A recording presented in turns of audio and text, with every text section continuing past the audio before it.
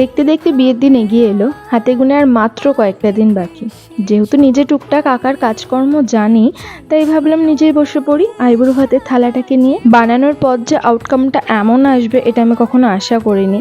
আর মোটামুটি সবার কাছ থেকে কমপ্লিমেন্ট ভালোই পেয়েছি। পরবর্তীকালে আরও সুন্দর সুন্দর কাজ করার চেষ্টা করব। এছাড়াও কুলো, গাছকৌটো, পিঁড়ি সমস্ত কিছু ভিডিও পরপর আসবে।